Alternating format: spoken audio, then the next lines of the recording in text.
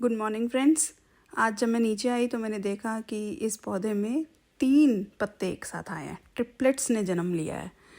इससे ये तो पता चलता है कि इस प्लांट को ये वाली जगह, इस घर का एटमॉस्फेयर बहुत अच्छा लग रहा है। ये कुछ और फ्लावरिंग प्लांट्स जो मार्च में अब फ्लरिश करना शुरू हो गए हैं। तो आज का मेरा टारगेट है, मेरे पास कुछ प्लांटर्स हैं जो मैंने मिल्क कार्टन से बनाए थे। अभी उन प्लांटर्स के अंदर मुझे ये चिली प्लांट्स को रीपॉट करना है। ये बड़े हो गए हैं और इनको ज़्यादा मिट्टी और ज़्यादा न्यूट्रिएंट्स की ज़रूरत है। तो लेट्स डू इट टुगेदर। हम लोग खुद ज़्यादा दूध नहीं पीते हैं, हमारे यहाँ दूध की खपत ज़्यादा नहीं होती। तो ये जो मिल्क कार्टन्स हैं ये मैंने अपने फ्रेंड्स से लिए हैं। बहुत सारे फ्रेंड्स ने दिए, उन सबको थैंक यू। फॉक की हेल्प से मैंने एक एक करके चिली प्लांट्स को बाहर निकाला और जब ये देखो बाहर निकल रहा है तो साफ साफ दिख रहा है कि इसका रूट जो है इसके शूट से बड़ा है। और ये स्टोरीजन हर सक्सेसफुल पर्सन की है कि जो काम उसका दिखता है वो हमेशा कम होता है जो काम नहीं दिखता है। There is lot of hard work behind every successful person, lot of hard work in the energy distributed in the plant system. जो ऊपर दिखती है वो कम होती है उस जो नीचे होती है। नीचे रूट्स बहुत ज़्यादा तक फैली होती हैं, बहुत ज़्यादा ग्राउंड में फैली होती हैं। मिट्टी एक लिविंग ऑर्गेनिज्म है जिसे क्लियरली पता है कि उसे बीज को तो नहीं गलाना, लेकिन उसके अलावा बाकी सारे ऑर्गेनिक मटेरियल को गला के कंपोस्ट में कन्वर्ट कर देना है। यहाँ मैंने लेबलिंग कर दी है क्योंकि ये बाकी प्लांट्स के साथ मिक्स ना हो। चिली प्लांट्स या कैप्सिकम के प्लांट्स सेम दिखते हैं तो लेबलिंग करना ज़रूरी है। यहाँ मैं बाहर आई गार्डन में तो मैंने देखा कि मेरे सारे ट्यूलिप्स हिरन चौंप चौंप कर गया है और मुझे बहुत गुस्सा आया, बट व्हाट टू डू। यहाँ पे जो हमारा गार्डन है इसमें ये सारा ओपन एरिया है और सामने जंगल है, तो वहाँ से डियर्स आते हैं और यहाँ के फीस्ट करते हैं। जैसे ही कोई बर्ड आती है, उनको रोजेज़ बहुत पसंद हैं, ट्यूलिप्स बहुत पसंद हैं। तो इस साल आई विल मेक श्योर कि मैं आगे फेंसिंग कर दूँ, वो मैं कर दूँगी इस साल।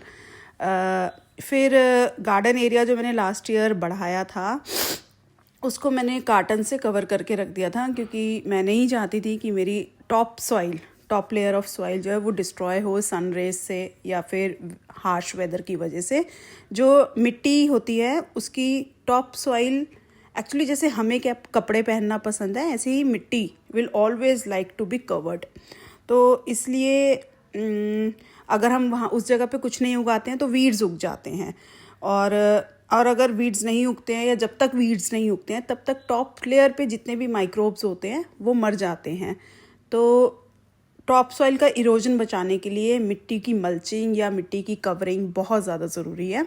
मेरे पास मल्च मटेरियल नहीं था लास्ट ईयर, तो मैंने इसको कार्डबोर्ड से कवर करके रखा था और उसके ऊपर ये पतले पतले लॉग्स जो हैं, प्लांट के लॉग्स, ये डाल के रख दिए थे ताकि विंड आने पे ये उड़े ना, कार्डबोर्ड्स। अब इसको रिवर्स करने का टाइम आ गया है क्योंकि अप्रैल आ गया है, अप्रैल आने वाला है और अप्रैल में मैं कुछ सब्जियां बाहर लगा दूंगी, जैसे कि मटर, पालक, धनिया, ये सब चीज़ें बाहर लग जाएंगी। तो मुझे बेड्स रेडी करने हैं, तो इसके लिए मैंने यहाँ से लॉग्स वगैरह हटाने शुरू करे और सारा कार्डबोर्ड में यहाँ से हटा के और फिर अपने बेड्स को प्रिपेयर करूँगी। अभी मेरे पास सूखी पत्तियाँ बहुत सारी हैं तो मैं मल्चिंग के लिए सूखी पत्तियाँ यूज़ करूँगी। So let's clear it together. क्या आप जानते हैं कि जो फार्मास्यूटिकल कंपनीज़ हैं ना, मेडिकल जो दवाइयाँ बनाती हैं, और जो फूड कंपनीज़ हैं, they actually are working together. जितना भी फूड मार्केट में, सुपर मार्केट्स में मिलता है, that is all packed food, not good for your health, absolutely not good. और जब हम ये फूड खाते हैं तो obviously there are chances of cancer, और यहाँ स्वीडन में कैंसर बहुत ज़्यादा है। सुन के थोड़ा अजीब लगता है, but yes it is true कि यहाँ पे भी कैंसर बहुत है और मोस्टली लोग जो हैं वो पैकेज फूड ही खाते हैं। तो जब हम पैकेज फूड खाते हैं तो हमें बीमारियाँ होती हैं और फिर हम उन फार्मास्यूटिकल कंपनीज से अपनी दवाइयाँ खरीदते हैं। तो supermarkets and pharmaceutical company are working together. तो इसलिए मैं तो प्रेफर करती हूँ कि मैं अभी अपना खाना खुद उगाऊँ। अभी मैं सेल्फ सस्टेनेबल नहीं हुई हूँ, from last year only I have started growing. तो it will take time, but yes my goal is to become self sustainable at least in some vegetables, जैसे कि कैरेट्स हो गए जो यहाँ अच्छे उग जाते हैं, या फिर बीटरूट्स हो गए, पोटैटोज़ हो गए, but it will come gradually, not एकदम से कभी भी कुछ नहीं होता है, इट विल टेक टाइम। और मेरी उन सब से मतलब आप सबसे यही रिक्वेस्ट है कि आपके पास ज़रा सा भी अगर लैंड है या फिर बालकनी है या फिर छोटा लैंड है या छतें हैं, जैसे इंडिया में लोगों के पास टेरेस होती है, तो आप अपना खाना खुद उगाना शुरू कीजिए। मार्केट के खाने में जहर के अलावा और कुछ नहीं है। आपको ये जान के हैरानी होगी कि जो कंपनीज़ पहले वॉर के टाइम पे वेपन्स वगैरह बनाती थी या बॉम्ब्स वगैरह बनाती थी, जब वॉर्स होनी बंद हो गई तो उन्हीं कंपनीज़ ने यूरिया बनाना शुरू किया और यूरिया को इंट्रोड्यूस किया एग्रीकल्चर के अंदर।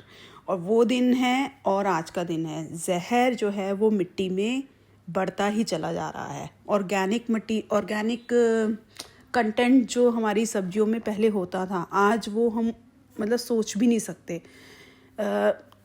50 साल पहले या करीब 100 साल पहले जो एक ऑरेंज होता था, आज की डेट में वो 10 ऑरेंज हैं। तो और ये मैं ऐसे नहीं बोल रही, आप अगर गूगल करेंगे, थोड़ा रिसर्च करेंगे तो आपको पता चलेगा। 1 ऑरेंज, हम अभी कुछ टाइम पहले का 1 ऑरेंज इज़ इक्वल टू आज के टाइम का 8 ऑरेंजेस।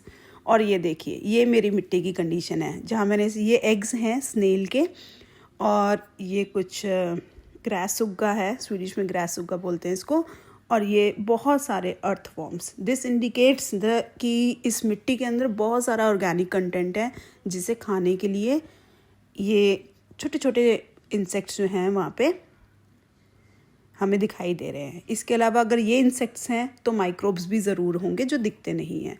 तो यहाँ से मैंने इधर वाला पोर्शन ये सारा खाली कर दिया। ये सारे अर्थवॉर्म्स के निशान हैं।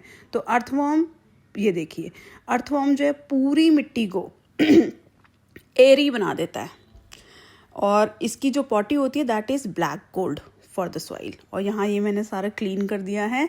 अभी मैंने पूरा क्लीन नहीं करा क्योंकि मुझे पूरा मई में ही उगाना होगा सब्जियाँ, अभी नहीं उगाऊंगी।